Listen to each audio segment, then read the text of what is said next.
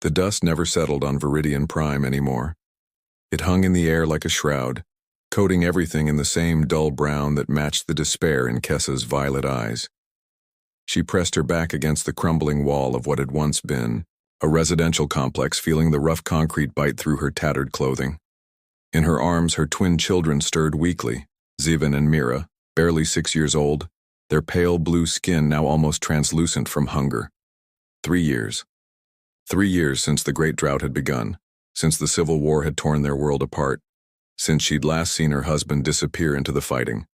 3 years since she'd been engineer Kessa Vane, respected and prosperous. Now she was just another refugee clutching skeletal children in a dead city. The rumble of atmospheric engines made her look up, shielding her eyes from the perpetual dust storm. A ship was landing, sleek, alien in design, but clearly well-maintained. Human, most likely, from the asymmetrical hull patterns she recognized from her engineering days. Traders still came sometimes, though they rarely stayed long, and even more, rarely showed mercy to the desperate. "Mama," Zivan whispered, his voice barely audible. "I'm hungry." The words cut through her like shrapnel. When had she last fed them? 2 days? 3? Her own stomach had stopped growling long ago, resigned to its emptiness. She watched the ship settle onto the makeshift landing pad near the old market district, saw the cargo bay doors opening. This is it, she thought, her hands trembling as she shifted the children's weight. This is how far I've fallen. Kessa had always been proud. Her engineering skills had earned her respect, her innovations had improved lives across the colony. But pride didn't feed children. Dignity didn't keep them from wasting away in her arms. She forced herself to stand, legs shaking from malnutrition and fear. The children were too weak to walk, so she carried them both, their combined weight feeling impossibly heavy on her malnourished frame. Each step toward the landing pad felt like walking toward her own execution. The human emerged from his ship as she approached, tall, broad-shouldered, with the weathered look of someone who'd seen too many broken worlds. His hair was dark with streaks of premature gray, and his clothes marked him as a cargo trader. He was checking items off a digital manifest, seemingly unaware of her approach. "Please," she called out, her voice cracking. The word came out as barely more than a whisper. He looked up and she saw his expression change as he took in her appearance. The hollow cheeks, the prominent ribs visible through her torn shirt, the children hanging limply in her arms. His eyes, she noticed, were kind. That almost made it worse. "Please," she repeated louder this time. She forced herself to take the final steps until she stood before him, then slowly, painfully, lowered herself to her knees in the dust. I have nothing left to trade." The human, she could see his nameplate now, J. Vale, set down his manifest and took a step closer. "Ma'am, you don't need to." "I can give you myself," she interrupted, the words burning her throat like acid. Tears began to fall, cutting clean tracks through the dust on her cheeks. "I was an engineer once. I know systems. I can work. Or if you prefer..." She couldn't finish the sentence, couldn't voice what she was truly offering, but they both understood. "Just please," she sobbed, holding up her children toward him. "They're dying. I can't watch them die. Take me. Use me. Do whatever you want. But please feed them. Please." The silence stretched between them, broken only by the wind and the distant hum of the ship's engines cooling down. Kessa kept her eyes fixed on the ground, unable to look at his face, waiting for his response. This was it, the moment where she would either save her children or lose the last shreds of who she used to be. Instead of the harsh bargaining she expected, she heard the soft hiss of a cargo crate opening, then footsteps coming closer. A shadow fell across her, and she felt rather than saw him kneel down beside her. "Look at me," he said gently. She raised her eyes, expecting to see lust or cold calculation. Instead, she found only compassion. "My name is Jackson," he said, holding out a sealed ration pack. "And you don't owe me anything." Kessa stared at the food in his hands, unable to comprehend what she was seeing. I don't understand. Let them eat, Jackson said simply, pressing the ration pack into her trembling hands. That's all that matters right now. As her children, stirred at the smell of real food, tearing into the rations with desperate hunger, Kessa felt something she hadn't experienced in 3 years. Hope. The fourth morning dawned clearer than any Kessa could remember. The dust storms that had plagued Viridian Prime for 3 years seemed to have finally abated, revealing a pale orange sky that reminded her of better times. She sat outside the improved shelter Jackson had helped her build, watching him teach Zivin and Mira a simple human card game called Hearts. Now remember, Jackson was saying, his voice patient and warm, you want to avoid taking any hearts or the Queen of Spades. Those give you penalty points. But what if someone forces you to take them? Mira asked, her violet eyes bright with curiosity. The child had color in her cheeks now, and her silver hair gleamed with health instead of hanging limp with malnutrition. Then you try to take all of them. Jackson grinned. It's called shooting the moon, and it gives everyone else penalty points instead of you.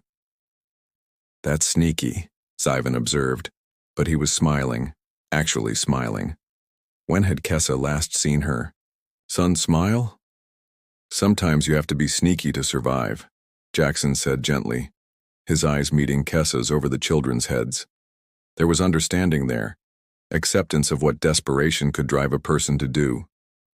Kessa's hands trembled slightly as she continued her work on the atmospheric recycling unit Jackson had provided.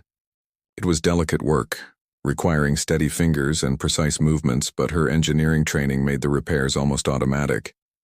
What wasn't automatic was the way her heart raced whenever Jackson looked at her with those kind, understanding eyes. You're very good at that, he said, having finished the card game and walked over to observe her work. What was your specialty before the war? The question caught her off guard. No one had asked about her past in months. Survival had been all that mattered. Environmental systems integration, she replied softly. I designed the atmospheric processors for 3 different colony worlds, including this one. The ones that failed? There was no judgment in his voice, only curiosity. The drought overwhelmed them, Kessa said, her voice barely above a whisper. I designed them for normal climate variations, not for what happened here. When the water table dropped beyond critical levels, the entire ecosystem collapsed. Millions died because of my inadequate planning. Jackson was quiet for a moment, then sat down beside her in the dust. How long did your systems work before the drought? 15 years, Kessa admitted reluctantly. 15 years of clean air and water for millions of people. 15 years of life that wouldn't have existed without your work. He picked up one of her tools, examining it with respectful curiosity. The drought wasn't your fault, Kessa. You can't engineer against the impossible. She felt tears threatening again. Not the desperate tears of starvation, but something deeper, more complex. I used to believe I could fix anything, engineer a solution to every problem, but I couldn't fix the climate, couldn't stop the war, couldn't even keep my own family fed. But you kept them alive, Jackson said firmly. Through 3 years of hell, you kept your children breathing. That's not engineering, that's love. That's the strongest force in the universe. That afternoon, while the children napped in the shade of their shelter, Jackson showed Kessa how to set up the portable hydroponic system he'd salvaged from his cargo hold. Their hands brushed frequently as they worked, his calloused from years of manual labor, hers soft despite everything she'd endured. Why are you helping us? She asked suddenly, the question that had been burning inside her for days finally, escaping. What do you want from me?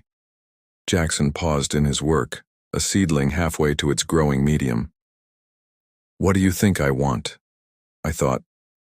At first I thought you'd want what I offered. My body, my services. The words tasted bitter in her mouth. Then I thought maybe you wanted a servant, someone grateful enough to work without pay. But you treat me like what? Like an equal. Like someone whose opinion matters. I don't understand it. Jackson set down the seedling and turned to face her fully. Kessa, I've been alone on trading ships for 7 years. 7 years of sleeping in empty beds, eating meals by myself, having no one to talk to except cargo manifest computers. Do you know what that does to a person? She shook her head. It makes you forget what it feels like to matter to someone. To have your presence be wanted instead of just tolerated. His voice grew soft, vulnerable. When I saw you that first day, kneeling in the dust with your children, I saw someone who understood what it meant to fight for the people you love, someone worth knowing. But I have nothing to offer you, Kessa protested. I'm broken, desperate, useless. Stop. Jackson's voice was firm but gentle. You're brilliant. I can see it in how you work with technology. You're brave. You faced starvation rather than abandon your children. You're strong, stronger than anyone I've ever met. And you have the most beautiful laugh I've ever heard. You haven't heard me laugh, Kessa said, confused. I heard it yesterday when Zevin tried to catch that insect and fell face first into the dirt. You laughed, and it was like music after years of silence. Heat rose in Kessa's cheeks. When had someone last complimented her laugh? When had anyone seen beauty in her at all? That evening, after a meal of fresh vegetables from their growing garden and protein rations from Jackson's supplies, they sat together while the children played with toys Jackson had fashioned from salvaged materials. The orange sun was setting, painting the sky in shades of gold and crimson. Tell me about Earth, Kessa said impulsively. What's it like? Crowded, Jackson replied with a chuckle. Too many people. Too much noise, too much of everything. I left when I was barely 18, couldn't wait to see the galaxy. Do you miss it? Sometimes. Mostly I miss the rain. Real rain, not the acid precipitation we get on most worlds. And the forests. Earth has these massive trees that have been growing for centuries, and when you stand among them, you feel like you're in a cathedral. Viridian Prime had crystal forests once, Kessa said wistfully.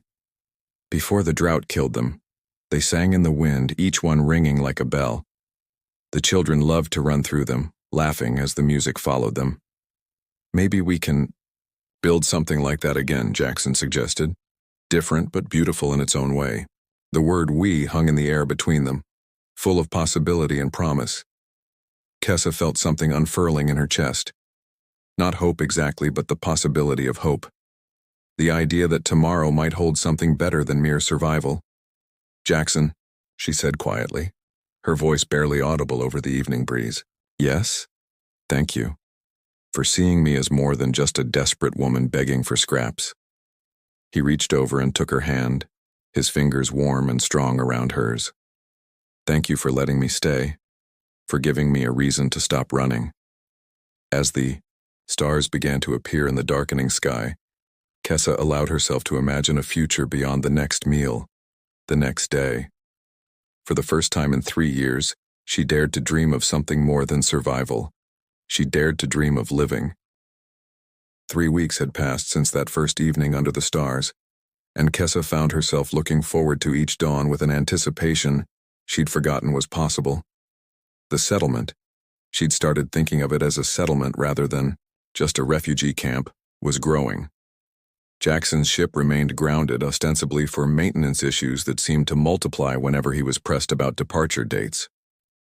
The moisture condensers are working at 93% efficiency, Kessa reported, checking her readings for the 3rd time that morning. She'd grown meticulous about their systems, partly from professional pride, partly because keeping busy helped quiet the butterflies that seemed to live permanently in her stomach whenever Jackson was near. That's remarkable, Jackson said, leaning over her shoulder to examine the display.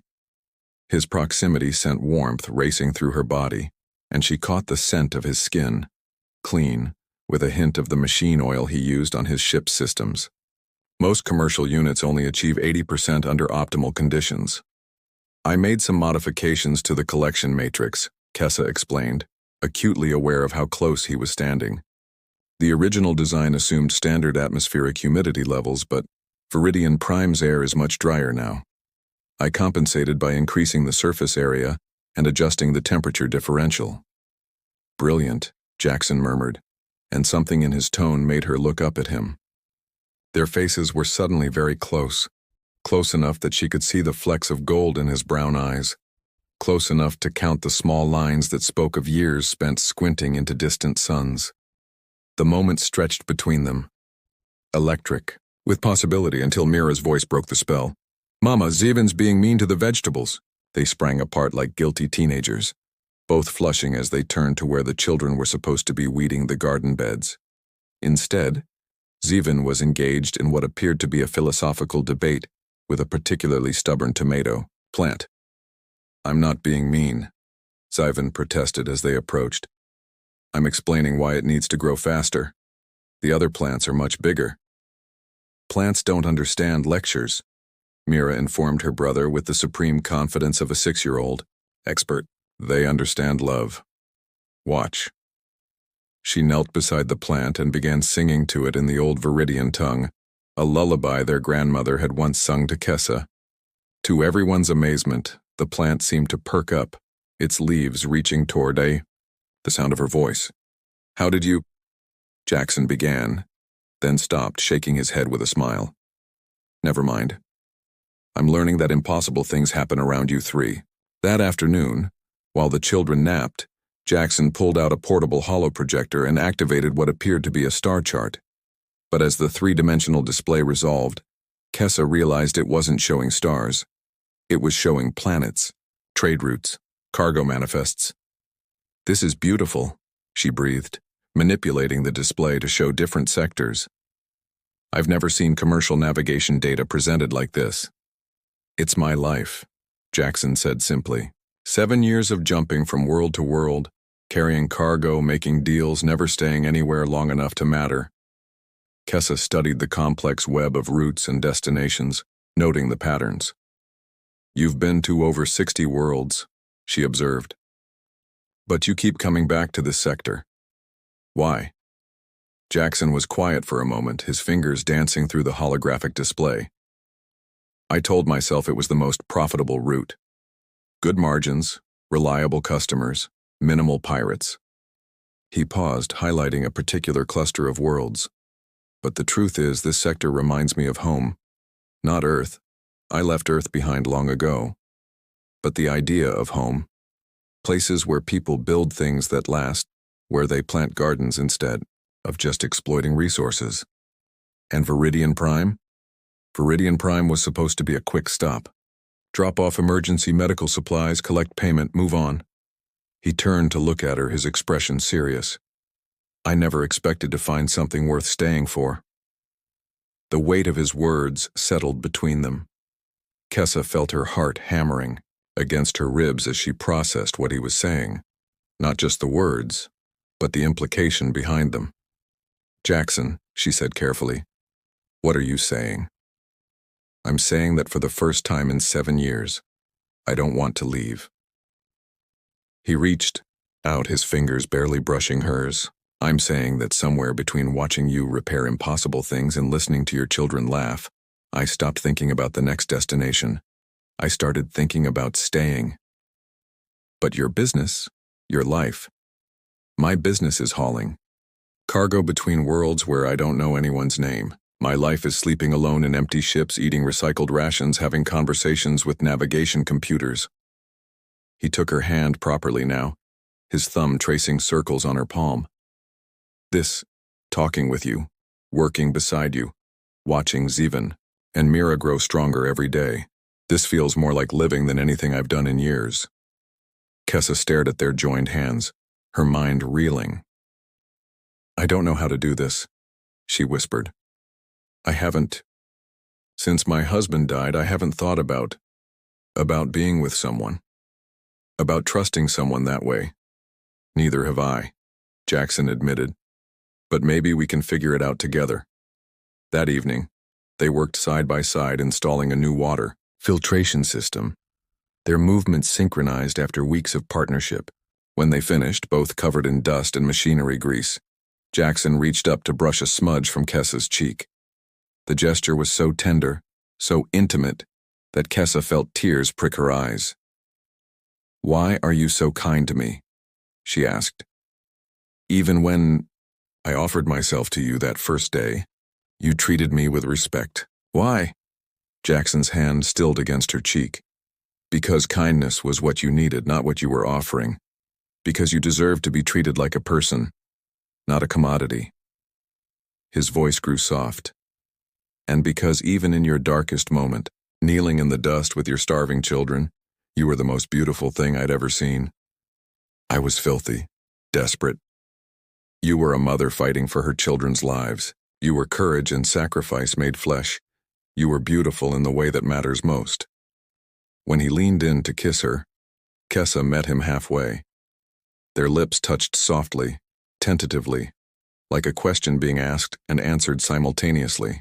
The kiss deepened slowly, full of promise and possibility, tasting of hope and new beginnings. When they finally broke apart, foreheads touching, breathing the same air, Kessa felt something she'd thought lost forever. She felt cherished. Stay, she whispered against his lips. Please stay. I'm not going anywhere, Jackson promised. And for the first time since the war began, Kessa believed in forever. 2 months had transformed their small camp into something resembling a real settlement. The atmospheric processors hummed constantly, filling the air with clean oxygen that no longer carried the taste of dust and despair. The hydroponic gardens had expanded to fill several converted shipping containers, providing fresh food not just for their small family, but for the handful of other survivors who had begun to drift in, drawn by reports of clean water and growing things. Kessa stood in the doorway of the larger shelter they'd built, watching Jackson explain water purification principles to a group of newly arrived refugees. His patience was endless, his explanations clear and practical. Over the weeks, she'd watched him become not just her partner, but a pillar of their growing community. He's good with people, observed Vera, an elderly Viridian woman who'd arrived 3 days ago with her granddaughter. Patient, kind, not what I expected from a human trader. What did you expect? Kessa asked, though she could guess. The war had left deep scars, and humans were often blamed for the conflicts that had torn their world apart. Someone who takes, Vera said bluntly, someone who sees opportunity in desperation. But he gives instead, teaches instead of hoarding knowledge, protects instead of exploiting. She studied Kessa with sharp eyes. You love him. It wasn't a question, but Kessa answered anyway.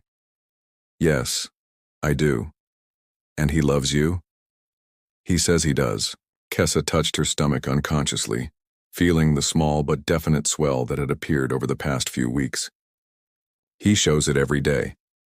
Good, Vera nodded approvingly. Love that shows itself in actions is the only kind worth having. That evening, after the children were asleep and the settlement had grown quiet, Kessa and Jackson walked hand in hand through their domain. What had once been a barren wasteland now showed signs of life. Green shoots pushing through the soil, the sound of running water from their irrigation systems, the warm glow of lights from occupied shelters. Vera asked me today if we were planning to make it official, Kessa said as they paused beside the memorial garden they'd planted for those lost in the war. Official? Jackson asked, though his tone suggested he knew exactly what she meant. Bonding. Marriage. Whatever humans call it. Kessa felt her cheeks warm despite the cool evening air. I told her we hadn't discussed it. Haven't we? Jackson turned to face her, his hands finding her waist, thumbs tracing gentle circles through the fabric of her dress. Every plan we make together, every system we build, every night we fall asleep in each other's arms. Isn't that a kind of marriage already? Jackson, she whispered, leaning into his touch. Over the weeks, their physical relationship had deepened alongside their emotional bond. What had begun with tentative kisses and gentle touches had blossomed into something passionate and consuming. When he held her when they made love in the quiet darkness of their shared shelter, Kessa felt truly alive for the first time since the war began. I love you, he said simply. I love your brilliant mind, your fierce heart, the way you hum while you work. I love watching you with the children, seeing how you've blossomed from that desperate woman I first met into the confident leader you are now. I love the way you taste like morning rain and smell like growing things. I love you too, Kessa replied, her voice thick with emotion. I love your gentleness, your patience, the way you see potential instead of problems. I love how you make me feel safe and cherished and valued. I love... She trailed off, suddenly nervous about the words she wanted to say. What? Jackson prompted gently. I love how you touch me, she whispered, her cheeks burning. How you make me feel beautiful and desired. How you show me that my body is something to be treasured, not just traded for survival. Jackson's expression grew tender, understanding. That first desperate day when she'd offered herself in exchange for food felt like a lifetime ago. But the memory still haunted her sometimes, the shame of being reduced to nothing more than a transaction. You are treasured, he said firmly, his hands cupping her face. Every part of you, body and soul. Not because of what you can give me, but because of who you are. When he kissed her, it was with all the passion and promise of their weeks together. Kessa kissed him back with equal fervor, her body responding to his touch with an eagerness that still surprised her. They'd made love countless times now, but it never felt routine. Each time felt like a celebration, a reaffirmation of life and hope and the future they were building together. Come to bed, she murmured against his lips, taking his hand to lead him back toward their shelter. But their moment was interrupted by the sound of raised voices from the settlement's edge. They broke apart reluctantly, duty calling them back to the reality of their roles as leaders. A group of newcomers had arrived, refugees, from the southern territories where the fighting still raged. Among them was a Viridian male named Corin, whose hostile gaze immediately fixed on Jackson. So it's true, Corin sneered, his scarred face twisted with disgust. The great human savior, collecting his reward from grateful native women. That's enough, Kessa said sharply, stepping protectively in front of Jackson. Jackson has done nothing but help us. He's given us food, shelter, technology. At what cost? Corin demanded. Your dignity? Your self-respect? Do you think he'd be here if you weren't warming his bed? The crude words hit Kessa like physical blows, awakening old shame and doubt. But before she could respond, Jackson's steady voice cut through the tension. You're right, he said quietly. I wouldn't be here if not for Kessa. Kessa felt her heart sink, Corin's accusation suddenly seeming vindicated. But Jackson continued. If I hadn't met her, I'd still be wandering from world to world, carrying cargo and calling it a life. If I hadn't met her, I'd never have learned what it means to build something lasting, to be part of something bigger than myself. If I hadn't met her, I'd never have discovered that home isn't a place. It's the people you choose to build a future with. He moved to stand beside Kessa, his arm around her waist, his presence solid and reassuring. I'm here because Kessa showed me what it means to fight for the people you love.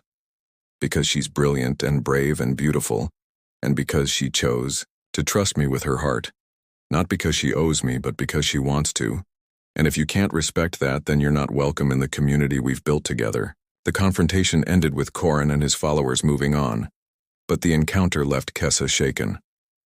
That night, as they lay together in their bed, she traced patterns on Jackson's chest with trembling fingers. Do you ever regret it? She asked, quietly. Staying here with us. Giving up your freedom for this? Kessa, Jackson said firmly, rolling over to face her. Look at me. She met his eyes, seeing nothing but love and certainty there. I didn't give up my freedom. I found it. For 7 years I was trapped in a pattern of running and hiding, afraid to care about anything because I might lose it. You didn't take my freedom. You gave it to me. You gave me the freedom to love, to build, to belong somewhere. But what if? No what ifs. Jackson interrupted, his lips finding hers in a kiss that was both tender and possessive. We're building something here, Kessa. Not just the settlement, not just the technology. We're building a life together, a family, a future. As if summoned by his words, Zivin and Mira appeared in their doorway, having been awakened by the earlier commotion. "Mama, are the bad men gone?" Mira asked sleepily. "They're gone, sweetheart," Kessa assured her, making room for the children to climb into bed with them. "Jackson and I made sure of it." "Good," Zevin said firmly, settling himself between his mother and the man who had become his father in all but name. "We don't need bad men here. We have everything we need."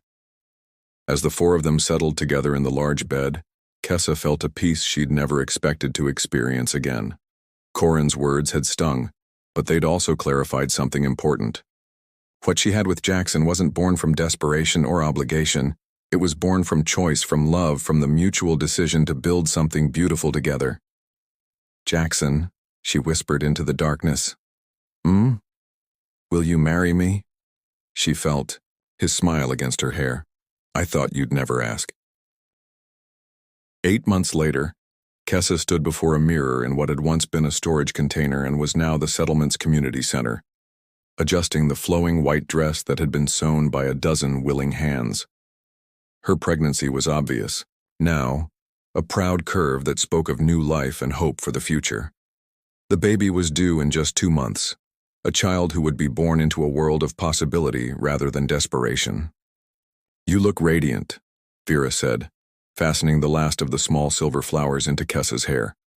The elderly woman had become something of a grandmother figure to the entire settlement, her wisdom and sharp tongue equally valued by all.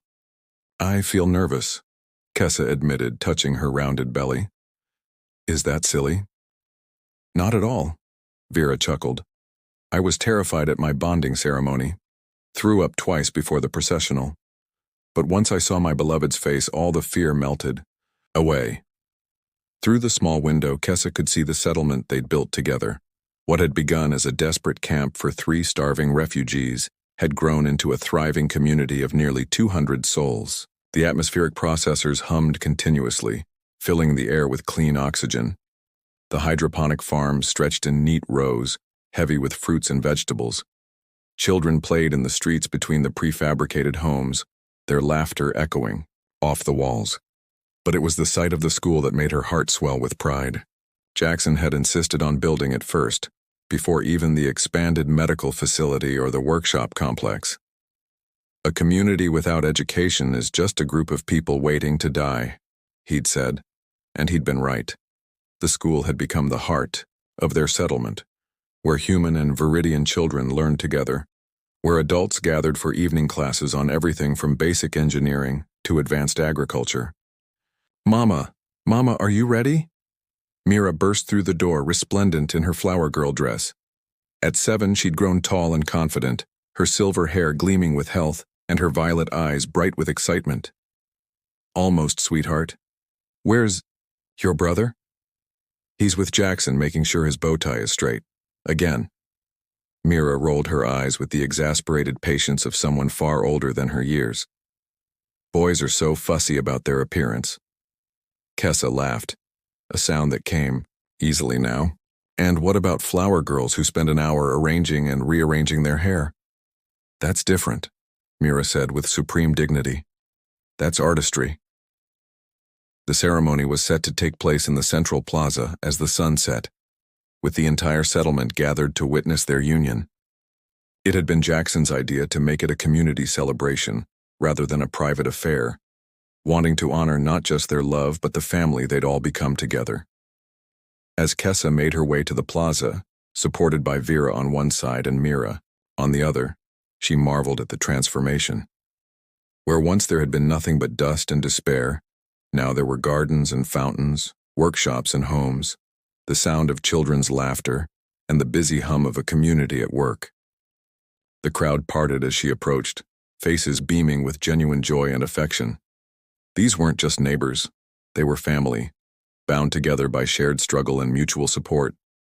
Former refugees who had become engineers, teachers, farmers, artists. People who had found not just survival but purpose in this place they'd built together. And there, at the heart of it all, stood Jackson. He looked magnificent in his formal dress uniform, not the practical trader's clothing she was used to, but the deep blue dress uniform of a certified colonial administrator. The certification had come through just last month, official recognition from the Terran Colonial Authority that their settlement was a legitimate colony with full legal status. Jackson had been appointed as the first governor, though everyone knew he shared that authority equally with Kessa. His eyes found hers across the crowd, and the world seemed to narrow to just the two of them. The same eyes that had looked at her with compassion on that desperate first day, now looking at her with love and pride and promise. Elder Thane, the settlement's spiritual leader, raised his hands for silence. We gathered today not just to witness the bonding of two souls, but to celebrate the union that gave birth to all of this. He gestured to encompass the entire settlement. From desperate beginnings came hope. From individual struggle came community. From love came life. As Kessa walked down the aisle formed by their friends and neighbors, she thought about the journey that had brought them here. She'd offered her body in exchange for scraps, expecting to be used and discarded. Instead, she'd found a partner who had helped her remember her worth, who had seen potential where others saw only desperation. "You're beautiful," Jackson whispered as she reached him, taking her hands in his. "So are you," she replied, meaning it completely. Beautiful not just in appearance but in spirit, beautiful in the way he'd chosen to build rather than exploit, to give rather than take, to love rather than use. The ceremony itself was a blend of human and Viridian traditions, reflecting the integrated community they'd created. They exchanged vows in both languages, promising to love and support each other, to build a future together, to be partners in all things. "Jackson Vale," Kessa said when it came time for her vows, her voice carrying clearly across the plaza. "8 months ago, I was a broken woman with nothing left to offer but desperation. You saw something in me that I'd forgotten existed. Strength, intelligence, worth. You didn't just save my life. You helped me reclaim it.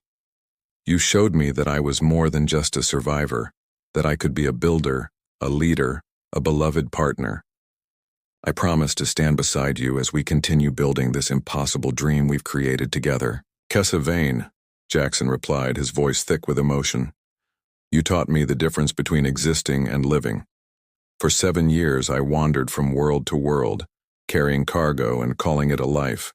But you showed me what it means to have a home, a purpose, a family worth fighting for. You took a lonely trader and made him a father, a partner, a member of something greater than himself. I promise to love you, to build with you, to face whatever comes together."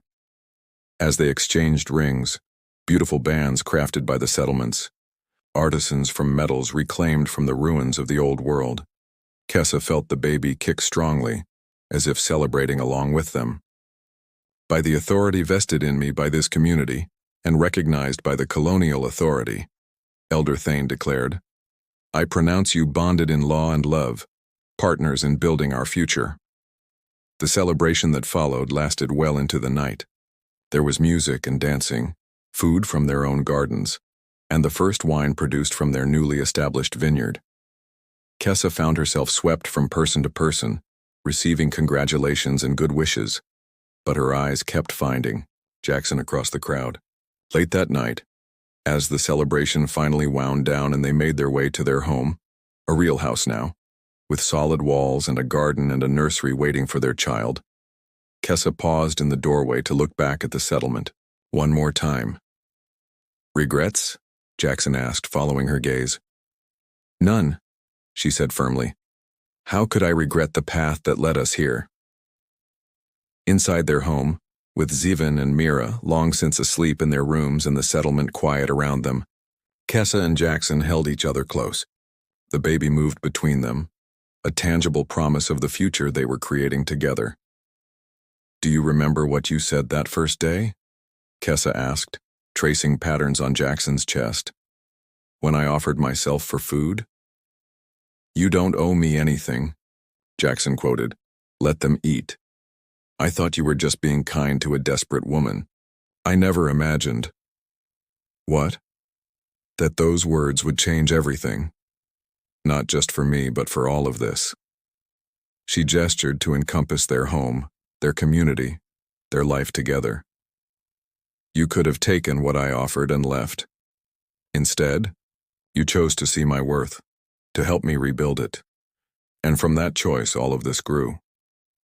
We grew it together. Jackson corrected gently. I might have provided the initial resources, but you provided the vision, the engineering expertise, the leadership that turned a refugee camp into a real colony. We balance each other, Kessa agreed. You taught me to hope again. I taught you to stay and build instead of running. As they settled into sleep, wrapped in each other's arms with their unborn child safe between them, Kessa reflected on the miracle of their journey. She'd knelt in the dust, offering her body for scraps, convinced she had nothing left of value. Instead, she'd found a man who saw her true worth, who helped her reclaim not just her life but her dignity, her purpose, her capacity for joy. Tomorrow would bring new challenges, a colony to govern, children to raise, a future to build. But tonight she was simply, completely, perfectly content. She'd offered herself for survival and received love in return. She'd expected to be used and discarded, and instead had been cherished and elevated. She'd thought she was trading away her last remaining asset, and discovered she was gaining everything she'd ever dreamed of. In the morning, she would wake up as Kessa Vale, co-governor of New Haven Colony, beloved wife and mother, respected engineer and leader. But tonight she was just a woman who had learned that sometimes when you think you have nothing left to offer, you discover that love can transform even desperation into hope. The baby kicked again, strong and healthy. Kessa smiled in the darkness. Their child would grow up in a world where, wait for part 2,